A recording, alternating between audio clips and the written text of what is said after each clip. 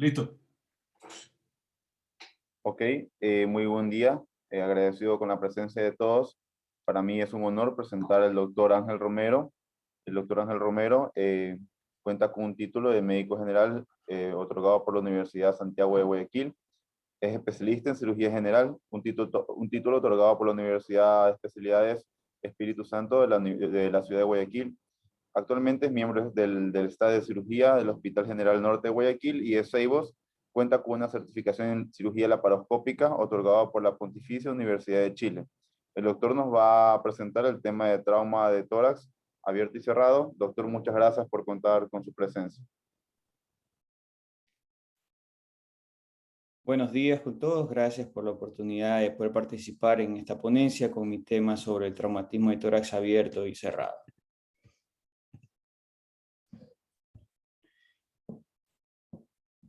Como objetivos de la charla vamos a aprender sobre el manejo general de las lesiones torácicas más comunes. Dentro de los objetivos específicos vamos a identificar cuáles son las lesiones que debemos reconocer en la revisión primaria y que tienen una alta tasa de mortalidad. Posteriormente vamos a reconocer las lesiones que podemos evidenciar durante la revisión secundaria. Como generalidades, el traumatismo de tórax, tanto abierto o cerrado, tiene una mortalidad de un 10 al 20% cuando no se asocia a otra entidad.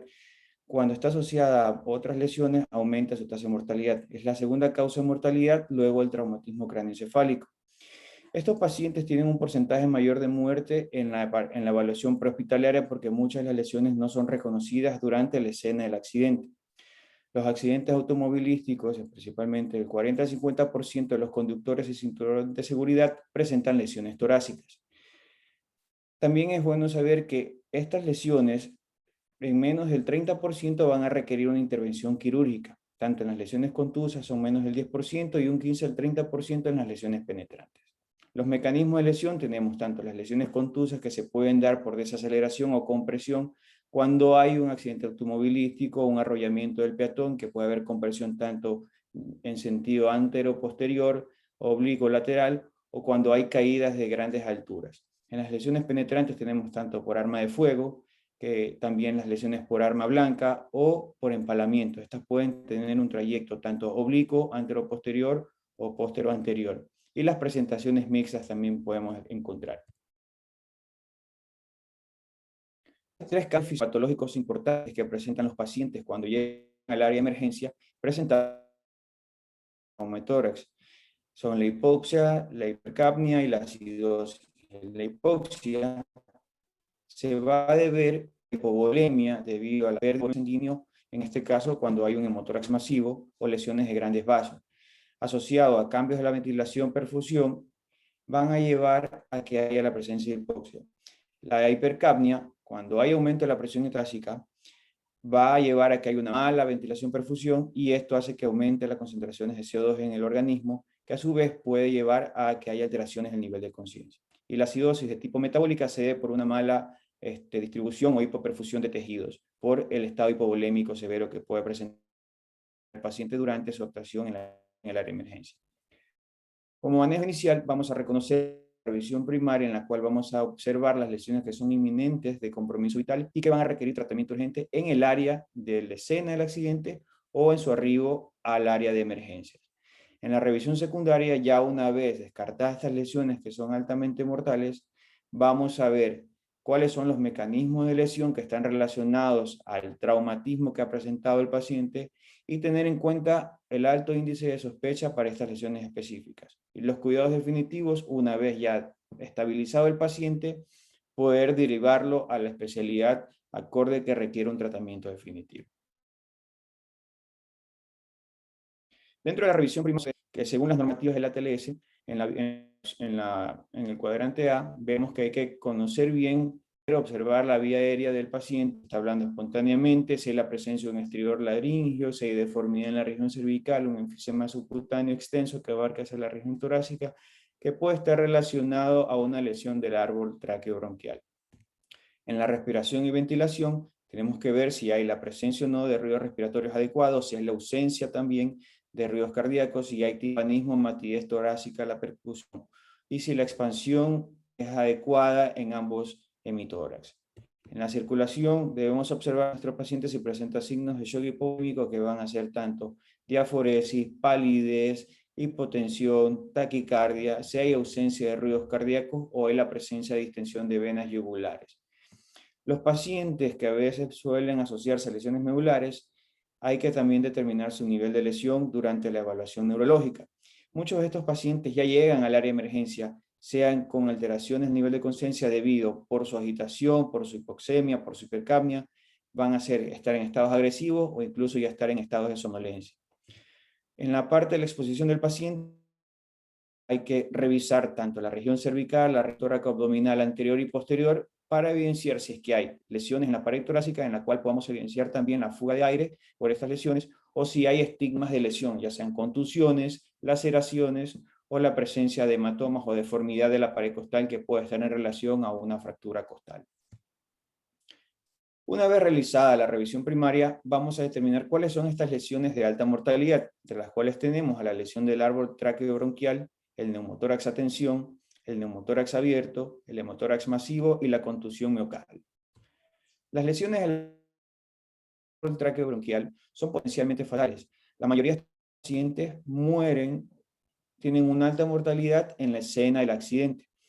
¿Cuándo hay que hacer una consulta quirúrgica inmediata? Cuando se observa el paciente que presente hemoptisis, hay enfisema subcutáneo o tienen la presencia de un neumotórax a tensión, que a pesar de haberle colocado un tubo torácico, persiste este neumotórax y tiene una alta sospecha de lesión del árbol tráqueo-bronquial. Estos pacientes van a requerir un manejo de vía aérea adecuada. Hay que tener mucha precaución al momento de hacer intubación orotraqueal, porque a veces hay lesiones que son mínimas en las tráqueas y al hacer la valoración y la intubación de la vía aérea, podemos completar una sección total de la vía aérea. Para este caso debemos hacer un manejo avanzado de intubación. La broncoscopía es el mejor método de diagnóstico. Como vemos en la gráfica, hay la presencia de contenido hemático a nivel de la carina. La mayoría de las lesiones se encuentran en esta zona, a nivel de la carina. El manejo avanzado de la vía aérea va a ser selectiva con una intubación, sea de un bronquio principal, por medio de una fibroscopía. Cuando son pacientes que están estables, la mejor opción es el procedimiento hasta que se resuelva la inflamación aguda y el edema. Dentro de las complicaciones de estos pacientes cuando presentan lesiones parciales, a largo plazo son las estenosis traqueales, que van a requerir un manejo posterior por un cirujano cardiotorácico para una remoción de este segmento estenótico. El neumotórax a tensión se debe a la presencia de fuga de aire hacia la cavidad torácica por una lesión pulmonar. Este colapso pulmonar va a ser progresivo debido a que aumenta la concentración o la presión intratorácica, con lo cual va también a llevar al desplazamiento de estructuras mediastínicas hacia el lado contralateral, provocando alteraciones vasculares como disminución del retorno venoso y disminución del gasto cardíaco, provocando signos de hipoperfusión. A su vez, también a provocar alteraciones respiratorias, en los cuales hay aumento de la hipoxia, hay hipercapnia, el paciente está taquipneico y pueden llegar incluso a tener alteraciones a nivel de conciencia. El manejo de forma emergente, ya sea en la escena del accidente, debe ser con la descompresión torácica, con la aplicación de un catéter en el segundo espacio intercostal cercano a la línea clavicular. Aquí hay que tener mucho énfasis en cuanto al realizar el procedimiento porque puede lesionarse la arteria mamaria interna. Y como tratamiento definitivo es la colocación del tubo torácico por el quinto espacio intercostal, línea media axilar. En el neumotórax abierto, esto aquí, la diferencia es que hay una lesión torácica que puede tener un diámetro mayor al de la luz traqueal, con lo cual va a permitir que al realizar la inspiración en el paciente, el aire ingresa por el sitio de lesión y va a provocar que haya un colapso pulmonar y es el neumotórax. Estos pacientes se relacionan también con el desarrollo de hipoxia e hipercapnia. En la escena del accidente o en la escena del trauma, el manejo inicial y básico debe ser la colocación de un vendaje oclusivo en el sitio de la lesión con el fin de que funcione como un mecanismo de válvula, es decir, cuando el paciente realiza inspiración, esta válvula se sella sobre la herida y no permite el ingreso de aire por la lesión. Y cuando el paciente produce la expiración, va a permitir la fuga de aire por este mecanismo. ¿Qué pasa si se cierran los cuatro bordes Esto va a llevar a que se desarrolle un neumotórax a tensión. Además, una vez realizado esto en el área del accidente, se puede hacer un cierre de la herida, ya sea en el mismo sitio del accidente o ya en el área de emergencias, se hace el cierre de la herida y se coloca un tubo torácico distante del sitio de lesión. No se debe colocar por el mismo sitio de lesión. En el hemotórax masivo, vamos a tener que es la presencia de acumulación de sangre que sea mayor a 1500 ml o que sea un tercio o más del volumen sanguíneo. Esto está relacionado en su mayoría a disrupción o lesiones de los vasos sistémicos, ya sean de la aorta, de la vena cava o de las venas ácidos, o también de los vasos del ilio pulmonar. ¿Cuándo debemos sospechar ante la presencia de un paciente que presente hemotórax masivo, que presente signos de shock hipovolémico, que tenga ausencia de ríos respiratorios en el sitio de la lesión, es decir, en el hemitórax que se encuentre lesionado, y que haya matidez a la percusión? El manejo de estos pacientes una vez que llega al área de emergencia es la corrección del shock hipovolémico, colocarle 2 vías venosas periféricas con catéteres gruesos, sean 18, pasarle soluciones cristaloides y realizar la descompresión de la cavidad torácica colocando un tubo torácico. Este tubo torácico debe ser de un diámetro mayor de 30 French, porque va a disminuir el riesgo de que se obstruya con la formación de algún coágulo y no permita la evacuación adecuada del hemotórax.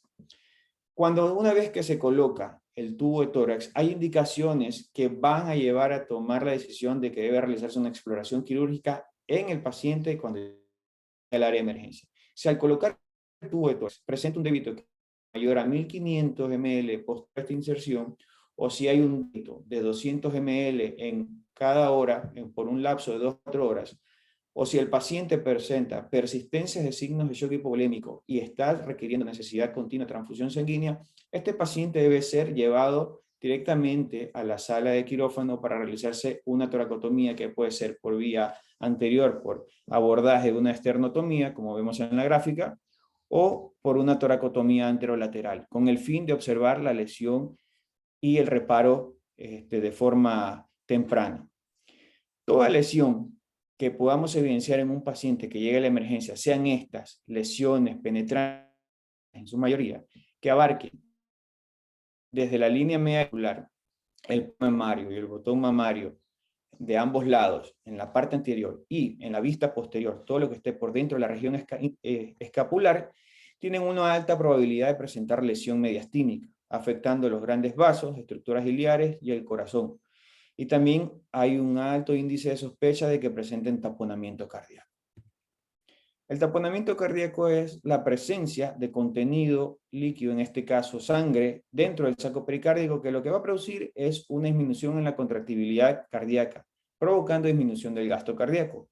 Se suele asociar con lesiones penetrantes. La triada clásica de este paciente cuando llega a la emergencia es la abolición de ruidos cardíacos, que se encuentra hipotenso y presenta distensión de las venas yugulares. Esta triada es conocida como la triada de Beck. Suelen presentar el signo de Kussmaul, que al momento de realizar la inspiración van a tener aumento de la presión venosa.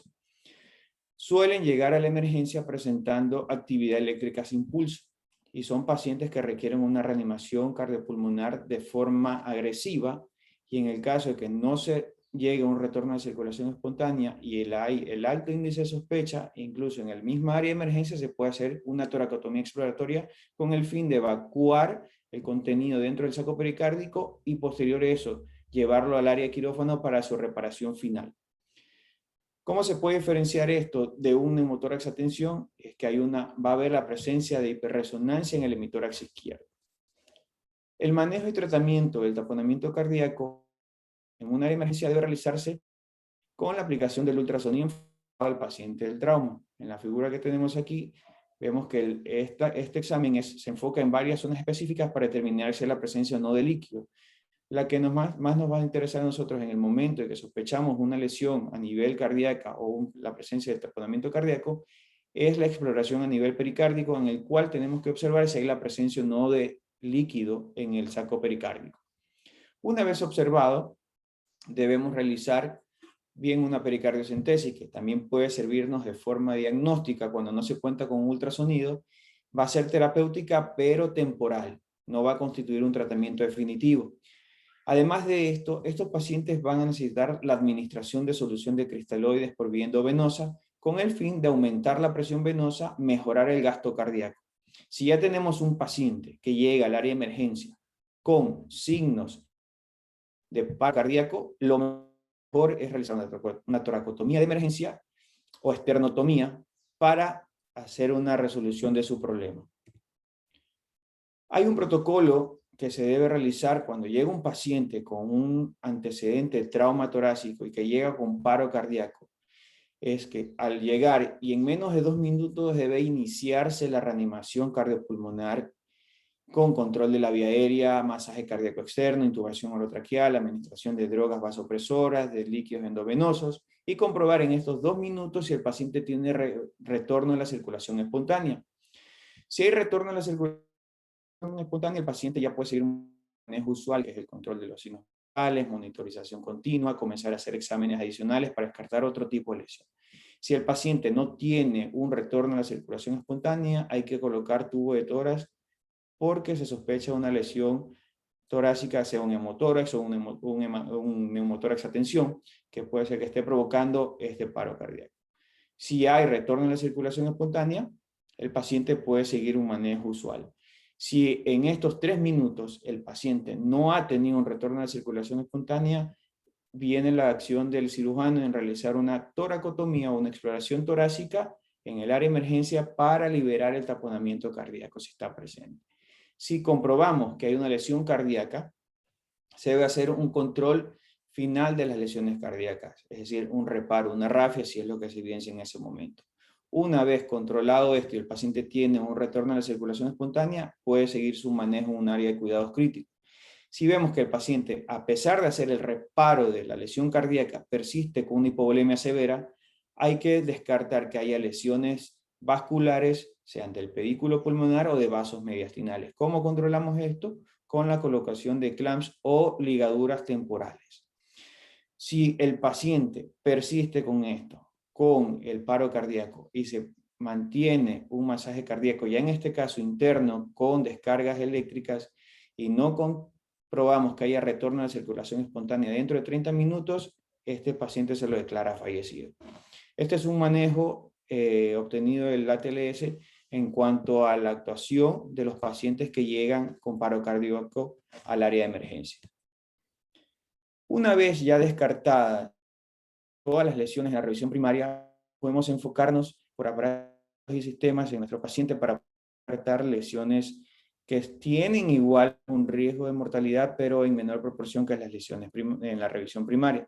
Vamos a hacer un examen físico exhaustivo, vamos a preguntar sus antecedentes, ver el mecanismo de lesión, cómo fue, si fue un impacto, si fue arrollado, si tuvo caída de grandes alturas, hacer estudios complementarios para poder reconocer las lesiones que se deben evidenciar en esta revisión, que van a ser el neumotórax simple, el hemotórax, el tórax inestable, la contusión pulmonar, la contusión cardíaca, la disrupción o la disección aórtica, lesiones diafragmáticas y lesiones esofágicas. También hay lesiones óseas de lo que es claviculares, lesiones externales que pueden estar asociadas a algún tipo de lesión intratorácico que puedan comprometer la vida del paciente.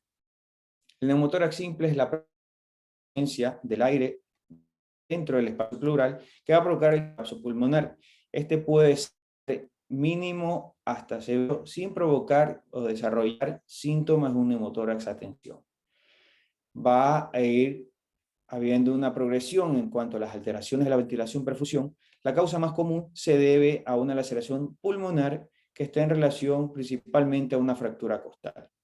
¿Qué debemos evidenciar en el paciente cuando llega a la emergencia? Es si presenta estigmas de lesión, sea laceraciones, contusiones, deformidad de la pared torácica que pueden estar asociadas a una fractura costal, y a la ocultación el paciente puede tener disminución del murmullo vesicular y tiene hipertimpanismo a la percusión. El método diagnóstico puede ser tanto por una radiografía o la tomografía de tórax. El tratamiento va a ser la colocación de un tubo torácico a nivel del quiste intercostal de la línea axilar media. Hay que tener mucho énfasis también en los pacientes que presentan el neumotórax subclínico. Son aquellos que no se evidencian o que son mínimos y no provocan sintomatología y que por otra causa asociada van a requerir intubación orotraqueal y se manejan diferentes niveles de presión. Estos de aquí pueden desarrollar un neumotórax a tensión, por lo cual se aconseja colocar un tubo torácico. El neumotórax es la presencia de contenido hemático en la cavidad torácica que puede ser menor de 1500. Está asociado a las laceraciones pulmonares, de grandes vasos, también de los plexos vasculares intercostales o de la arteria mamaria interna. Por lo general, estas lesiones son autolimitadas y no van a requerir de una intervención quirúrgica. El objetivo es colocar un tubo torácico para disminuir la concentración de volumen sanguíneo libre en la cavidad torácica. Si no hay un drenaje adecuado, vamos a presentar en el paciente, posterior a su valoración en la emergencia, la formación de un hemotórax coagulado que puede posteriormente progresar a un empiema. Y este paciente va a requerir una revisión quirúrgica de forma no emergente. Podemos también determinar si estos pacientes están presentando un hemotórax masivo cuando el débito es mayor a 1500 posterior a la inserción, o si el débito es mayor a 200 ml hora por el transcurso de 2 a 4 horas. O hay la persistencia de shock hipovolémico y requieren de transfusión sanguínea. El tórax inestable y la contusión pulmonar. El tórax inestable se debe cuando hay una pérdida de la continuidad ósea de la caja torácica. Esto quiere decir la presencia de fracturas múltiples que pueden ser 2 o más costillas adyacentes en 2 o más segmentos, o que pueden estar asociados a una lesión costocondral. ¿Qué es lo que sucede en estos pacientes? Que hay una respiración paradójica. El paciente, al realizar una inspiración, el segmento que se encuentra lesionado se va a retraer, y cuando hay una expiración, el segmento se va a protruir, se va a salir. Entonces, estas lesiones van a provocar alteraciones de la ventilación-perfusión, porque la mayoría de lesiones de tórax inestable están asociadas con contusión pulmonar. La contusión pulmonar en las primeras 48 horas no se van a poder observar en los pacientes. Pacientes que después de una lesión torácica y que presentan dificultad respiratoria progresiva tienen una alta relación de estar relacionados con una contusión pulmonar. Estos pacientes van a tener trastornos ventilatorios debido a que el dolor es tan intenso que van a presentar restricción del movimiento de la pared torácica. El diagnóstico se va a realizar tanto por una radiografía de tórax o una tomografía de tórax con reconstrucción 3D para poder ver bien el nivel de lesión de las fracturas costales. ¿Cuál es el manejo de estos pacientes? Como tenemos en el siguiente video, esa es una llegada de un paciente con traumatismo al área de emergencia, cual vemos la respiración paradójica, hay retracción del segmento lesionado, el paciente agitado, puede estar agresivo por la falta de oxigenación en su organismo y alteración del sensorio. Estos pacientes van a necesitar administración de oxígeno, ya sea por cánula nasal, mascarilla, para permitir una ventilación adecuada, una oxigenación adecuada. Debe restringirse los líquidos endovenosos, salvo si el paciente presenta signos de shock hipovolémico.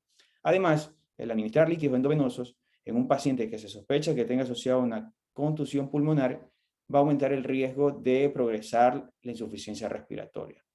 Lo que se debe realizar también en estos pacientes es la administración de analgésicos, sea por vía endovenosa. No usar los opioides porque estos pueden aumentar el riesgo de depresión respiratoria y agravar la hipoxia y la hipercapnia de los pacientes. Y la aplicación de anestésico local con bloqueo intercostal o anestesia epidural. ¿Cuándo se debe intubar un paciente? Cuando presente parámetros VO2 menores de milímetros de mercurio o su saturación se encuentre por debajo del 90%.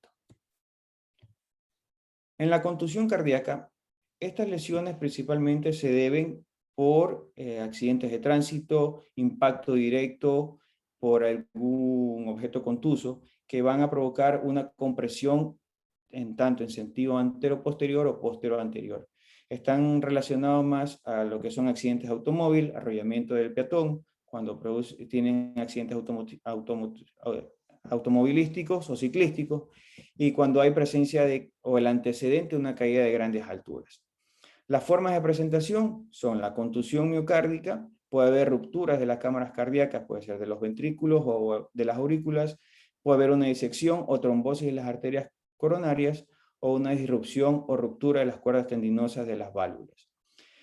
Estos pacientes, el mejor método diagnóstico es el uso del FAS para poder determinar y valorar la contractilidad miocárdica y ver si existe también la presencia de algún derrame pericárdico menor y que no esté provocando signos de restricción cardíaca.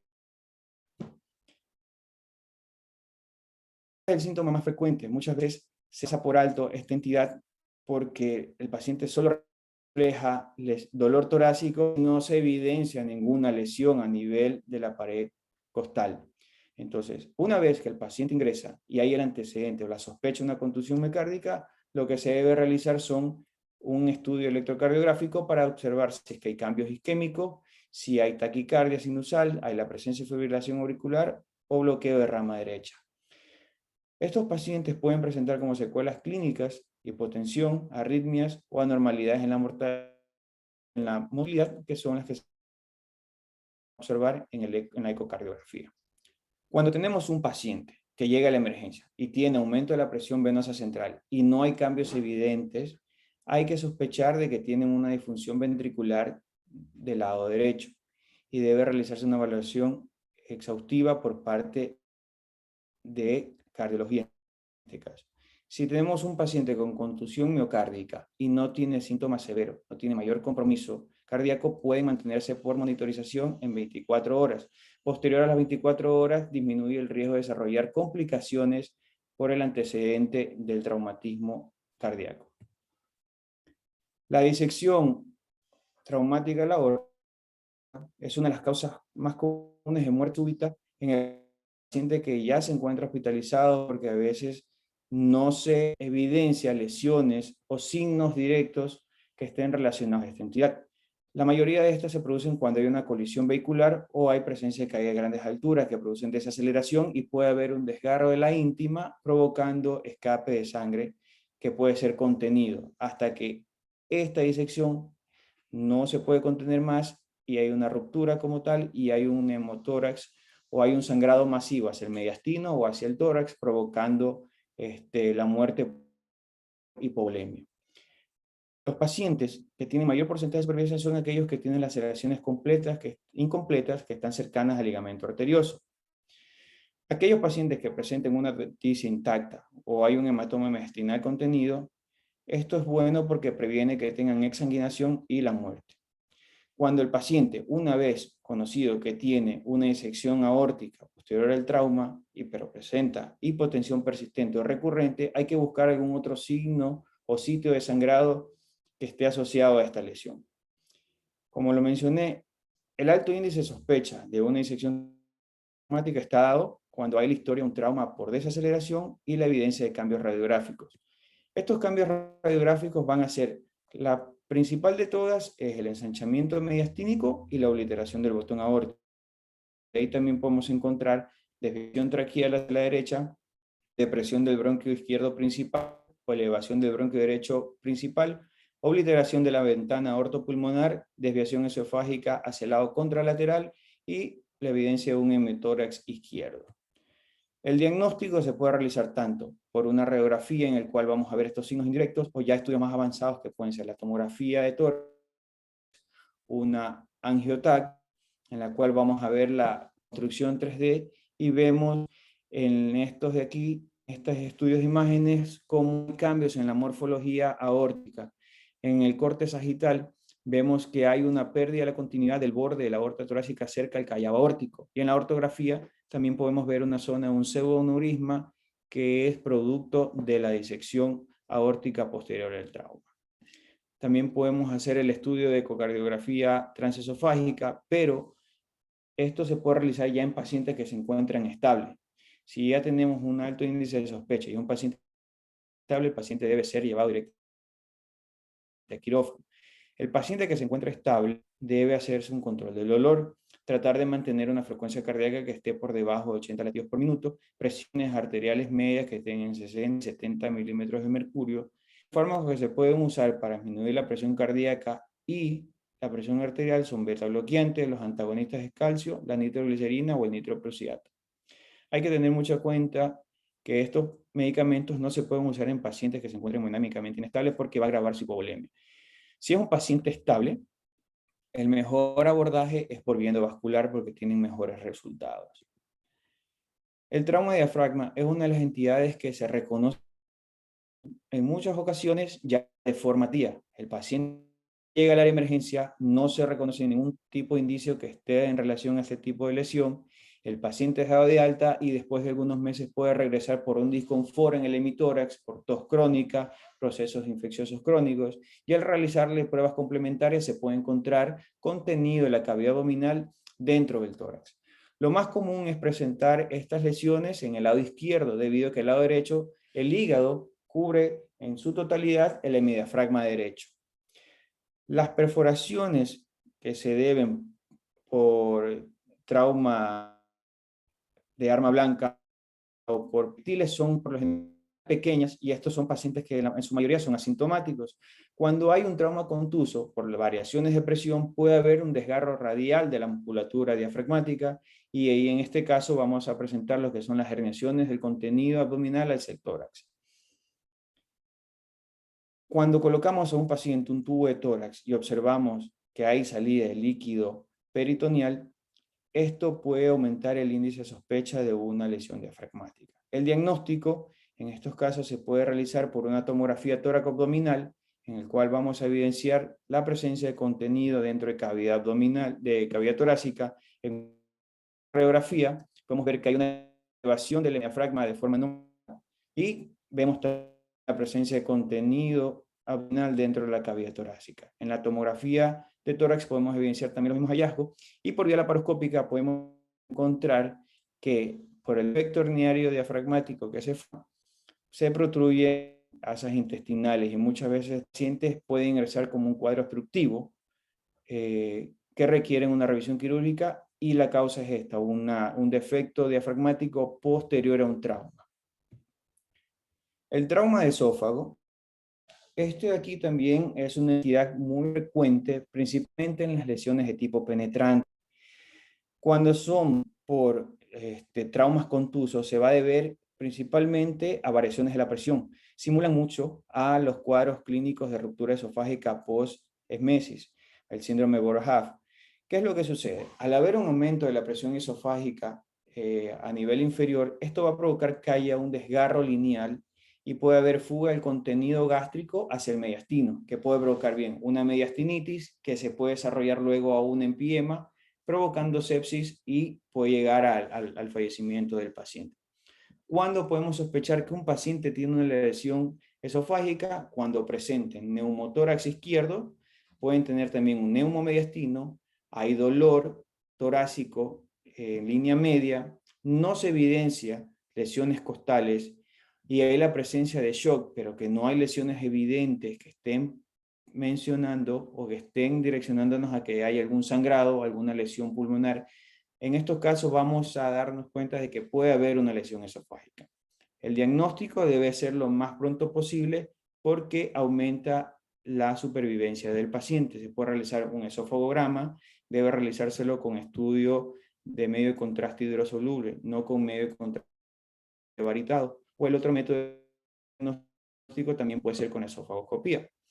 El tratamiento va a una revisión tanto por vía torácica, por vía toracoscopía o por una toracotomía, dependiendo el estado hemodinámico del paciente. Si es un paciente que se encuentra hemodinámicamente inestable, se realiza una toracotomía. O si se prepara el paciente luego de control de su foco infeccioso, se puede realizar una exploración por VATS, que es una videotoracoscopía asistida con imágenes. Las fracturas del tórax óseo, las más frecuentes son las lesiones. Estas lesiones, por la ocasión de dolor desencadenada a estas fracturas, van a provocar cambios en la ventilación y oxigenación. Esto a su vez va a aumentar el riesgo de aparición de atelectasia y neumonía.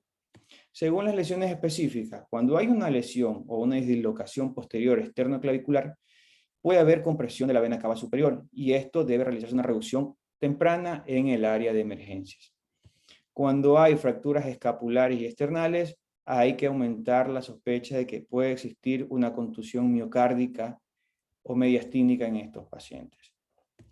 Si hay lesiones costales mediales que van desde la cuarta a la novena costilla, tienen un mayor riesgo de presentar o neumotórax. Y si están asociados a lesiones inferiores, desde la décima a la 12ª costilla, no hay que descartar la posibilidad de que estos pacientes se asocien a una lesión tóraco-abdominal, en especial con lesiones hepáticas o esplénicas. El diagnóstico en un área de atención primaria se puede hacer por radiografías, en la cual vamos a determinar el nivel de la lesión, si puede ser en el arco anterior, el arco posterior, si es múltiple, si es única, si se encuentra desplazada, si no está desplazada, si está cabalgada, si está asociado o no con neumotórax, si ese neumotórax puede ser a tensión. También se puede realizar tomografías en la cual vamos a poder evidenciar mejor las lesiones. Vemos aquí en las últimas costillas, a nivel posterior, presenta segmentos de fracturas tanto a nivel inferior y en su nivel superior. Y la reconstrucción ósea en 3D también nos va a ayudar a determinar el grado de lesión de estas fracturas. Se debe un control adecuado de la lesión del dolor en estos pacientes con la aplicación de analgésicos endovenosos, bien puede ser con bloqueo intercostal o anestesia epidural. Debe evitarse la colocación de vendajes, compresas a presión o con cinturones costales, porque lo que van a provocar es que hay un desplazamiento de estas fracturas y puedan provocar una laceración pleural o una laceración pulmonar desarrollando un neumo o hemotórax. Ahora, una vez ya conocido todas estas entidades en la revisión primaria y en la revisión secundaria, debemos tener en cuenta conceptos básicos del drenaje torácico. Sabemos que el drenaje torácico nos va a ayudar a evacuar tanto el neumotórax, el hemotórax o las complicaciones posteriores que son el empiema pulmonar.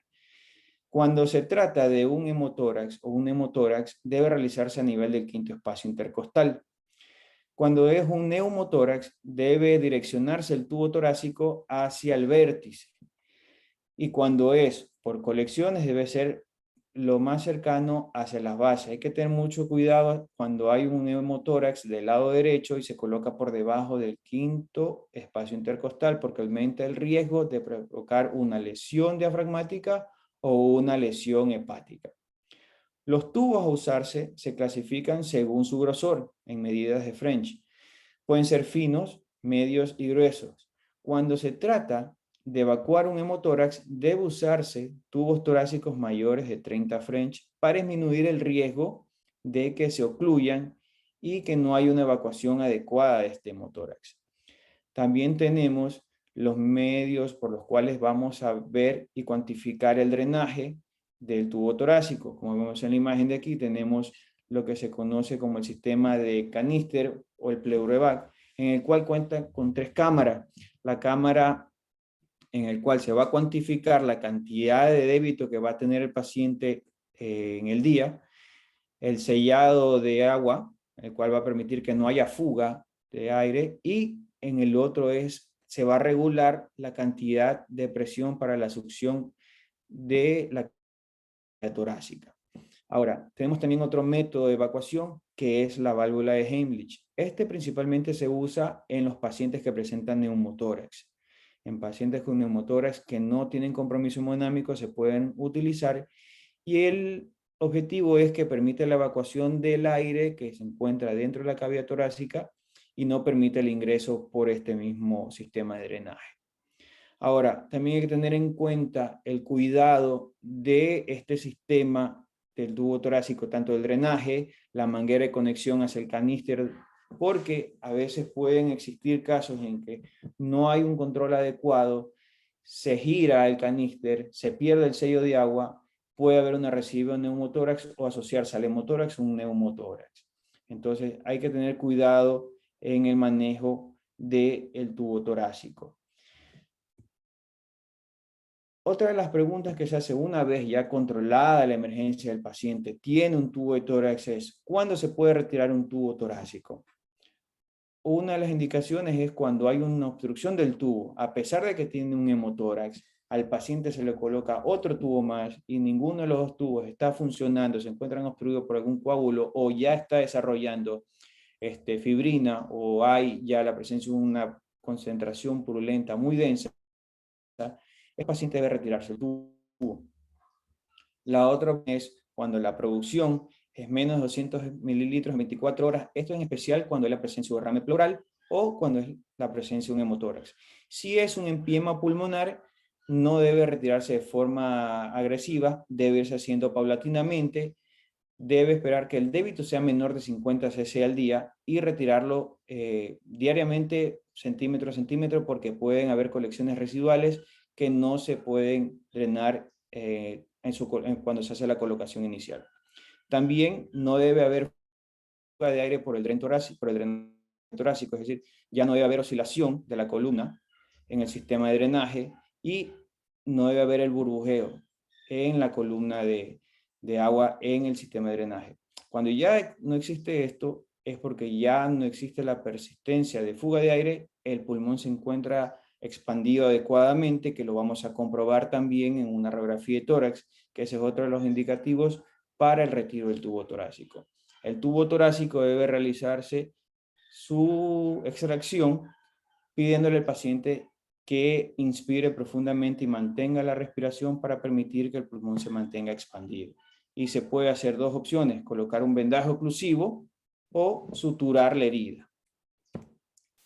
Ahora, lo que les mencioné previamente, el uso de la VATS o la cirugía mínimamente invasiva para la exploración torácica no está indicado en pacientes que presenten trauma de tórax que estén inestables. Para eso se debe realizar una toracotomía exploratoria, ya sea por una toracotomía anterolateral o por esternotomía. Eso de aquí es más útil cuando hay que hacer el manejo de las secuelas post-trauma. ¿Cuándo se puede realizar? Cuando el paciente presenta una fístula broncopleural, por más de que ya se hayan usado maniobras de control con pleurodesis, se haya conectado el tubo torácico a succión continua, persiste esta fuga de aire persistente, cuando no se pudo hacer una evacuación adecuada del hemotórax, que se forma un hemotórax retenido, cuando se sospecha que hay una lesión diafragmática o cuando ya está asociado a un empiema, se debe realizar decorticación para mejorar la expansión pulmonar. Estas son las indicaciones más frecuentes en los pacientes que han tenido antecedentes de trauma en el cual se puede aplicar el uso de la cirugía mínimamente invasiva. Como conclusiones, el traumatismo torácico es común en los pacientes politraumatizados y posee un alto riesgo de mortalidad si no hay un reconocimiento y tratamiento temprano durante la revisión primaria. Solo en la minoría de casos que lleguen al área de emergencia van a requerir de una cirugía mayor, es decir, exploración, como en el caso de los hemotórax masivos, que presenten criterios de un débito mayor de 1500 ml al momento de hacer la inserción del tubo, o si el débito se encuentra en 200 ml por hora, entre 2 a 4 horas, y que a pesar de haber hecho transfusiones sanguíneas, el paciente persiste con signos de shock hipovolémico. Y en las lesiones reconocidas durante la revisión secundaria, debe hacerse énfasis al mecanismo de lesión y al alto índice de sospecha para no dejar de reconocer estas lesiones y así prevenir complicaciones a largo plazo. Como lo mencioné, las lesiones esofágicas muchas veces solamente llegan a un cuadro de dolor torácico. Las lesiones diafragmáticas a veces se reconocen posterior a varios meses de haber tenido un antecedente de traumatismo, que llegan con lesiones no específicas, como dolor torácico, tos crónica, y ante la evidencia de imágenes complementarias, observamos el contenido de cavidad abdominal en la cavidad torácica. Si hay alguna pregunta, dejo a mi disposición el correo, al cual les puedo responder luego cualquier inquietud. Gracias.